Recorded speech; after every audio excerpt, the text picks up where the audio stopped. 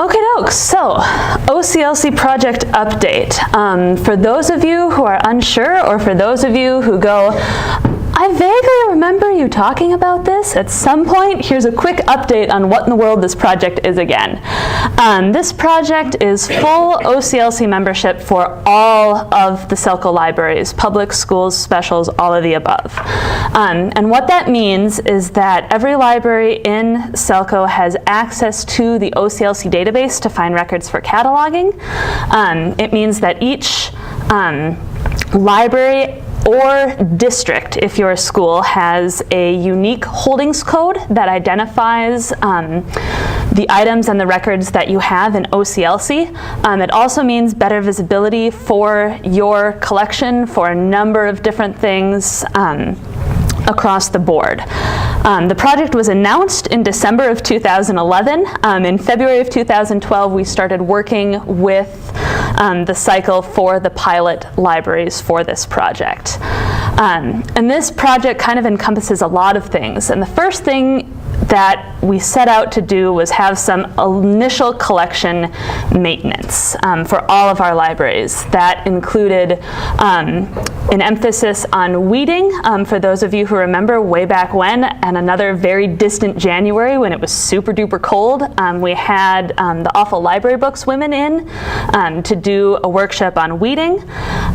We've also encouraged, highly, strongly, and encouraged everyone to do an inventory and the cycle of reports that are generated from that inventory to go through and do collection cleanup. Find those items that walked out the door 3 years ago. Find that weird little pocket of juvenile nonfiction that's been hanging out in the adult nonfiction for who knows how long. And once those collection cleanups are done, we do what's called a reclamation cycle with OCLC. We pull out all of your records from Horizon, we ship them off to OCLC. OCLC runs them through a computer program to match those records with records that exist in OCLC. They attach your holdings, they send the records back to us. And what we do from there is we process any unresolved files that come across. The computer looks at the record and go, I don't know, I think someone with human eyes and a human brain should look at this. We go through those, and then for all the libraries that are reclaimed, we continue to maintain your holdings. So anything new that you add to the system, anything that you withdraw from the system, we're both adding the holdings and taking out the holdings from OCLC as you continue to update your collection. So where are we in this giant cycle of things? And these numbers are a little bit off because I made my slides last week and we've done a few more things since then, but as of about Wednesday of last week, 29 locations have been completely reclaimed. 21 are in process with OCLC. Either we've shipped the records off to them and they're running them through their process, or they're in the process of shipping them back to us. And 17 libraries are either scheduled for an inventory or working on their inventory cleanup. So if you do the math on that, that's about 75% of the libraries in SELCO are in the yay, we're in process somewhere category. We're continuing to contact libraries that haven't scheduled an inventory or still have questions to get going on this project, because it's 2015 and someday, some year, we'd really like to wrap this up. So has it been working? Has kind of the goal of the project been realized? The results from our libraries, for the most part, have been really positive. The access to OCLC means that you have better access to quality records to bring into Horizon, and for a lot of people that's resulted in faster, easier cataloging and less backup. A lot of people have noticed that the inventory and the cleanup that resulted from that has resulted in less clutter, increased confidence, and better familiarity with your own collection and with weeding, and improved patron services that people are starting to notice the books that you've got on your shelf and going, oh, I didn't notice that before. So that's been really positive. at least on your end from the people that we've talked to.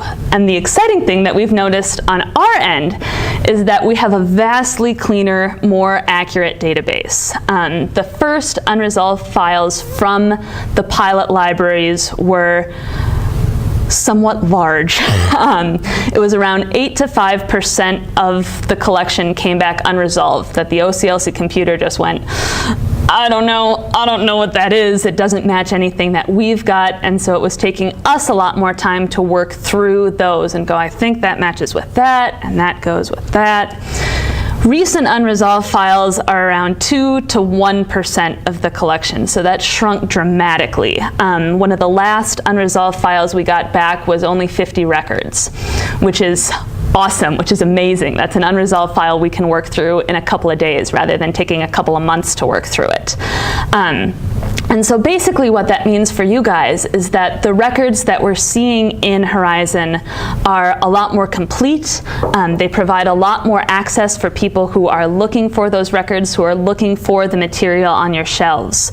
And newer, more complete records are continuing to be brought into the system. They're up to national standards. They're up to RDA standards. For you catalogers out there, that's been the buzzword for the last couple of years. So all of this is really, really great, both for people searching our collection and for us as we try to maintain a database up to national standards. So what does this whole project mean for you kind of in your daily workflow? Basically, the biggest emphasis is don't delete things. Don't delete those OCLC numbers from records. Those OCLC numbers are super important for us. As we continue to update your holdings, as we continue to maintain your holdings, we want to make sure that we're doing an accurate job. And those OCLC numbers are unique to OCLC records, just like our bib numbers are unique to our bibs in Horizon. Instead of deleting items or deleting bibs, we've got programs that will run, we call it kill bib, that will delete any bibs that don't have any items on them. And before we do that, we run a program that deletes anything marked withdrawn. And before we do that, we pull out a file of all the withdrawn so we're able to maintain your deleted holdings. So you don't just delete a record, but you still have your holdings hanging out in OCLC. We don't want that. That's not an accurate picture of what you have. So instead of deleting items, when you pull them off the shelf, when you've weeded them, please, please, please mark them as withdrawn. It's easier for us to maintain your holdings that way. And the second thing that I would say is, yep, we've got a question. I have a question about if you have an item that somebody checked it out, it went to lost, and you've given up that it's coming back, but you don't want to lose, you don't want to check it in because it hasn't come back, you still want that tied to their account. What I have done in the past is delete that. Is that okay to do or not? Yeah, if it's a lost item.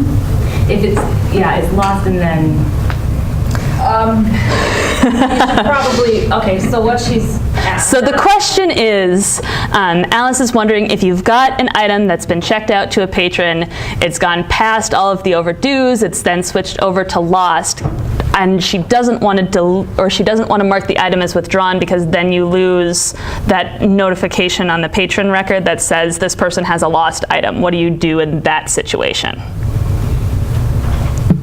Go ahead. It's what Morgan's doing.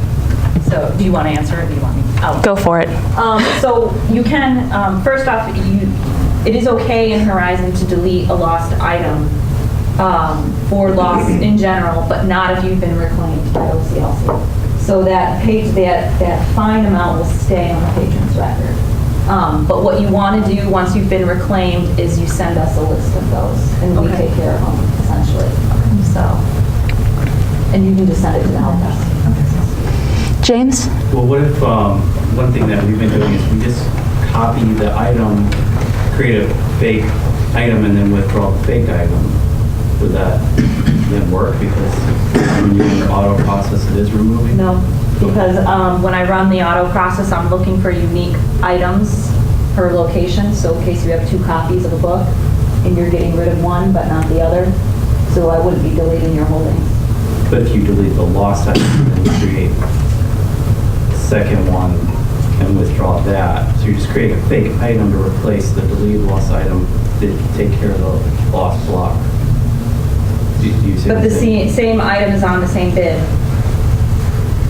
The item's still on the bid. Okay, so yes, so the lost item is deleted as we've done in the past, but create a fake copy to replace it and withdraw the fake. Why don't we have this conversation later? Go ahead. Fair. Okay. So moving from deletes to more cataloging, please prefer OCLC records to new records created in Horizon, if at all possible. And the other thing we really would prefer if you did not do is to don't copy existing records in Horizon and edit them to your needs. Because what that does is now we've got two bibs in the system that have the same OCLC and some of the OCLC number and some of the same information. And that's really difficult for us, and it's difficult to maintain the database because OCLC numbers are unique like bib numbers. So don't do too much editing of records either, especially to your major fields, your title fields, your publication information. That makes it really difficult for OCLC's automatic matching program to go through and find the record, because the OCLC main number may match, but the information in the record won't at that point, which makes it difficult for a computer to say, yes, this is an exact match. Any questions? If you want to know where you are at this stage of the game, send in a help desk ticket and we will figure out where you are. If you're going, I don't think I've even done an inventory, fear not, we will contact you. Are there any questions? Gail? How often does the kill bib run, and how often do you remove withdrawn? We try to do, the question was, how often is kill bib run and how often do we delete withdrawn items? We generally do that, or we generally try to do that once a month. Usually towards the end of the month.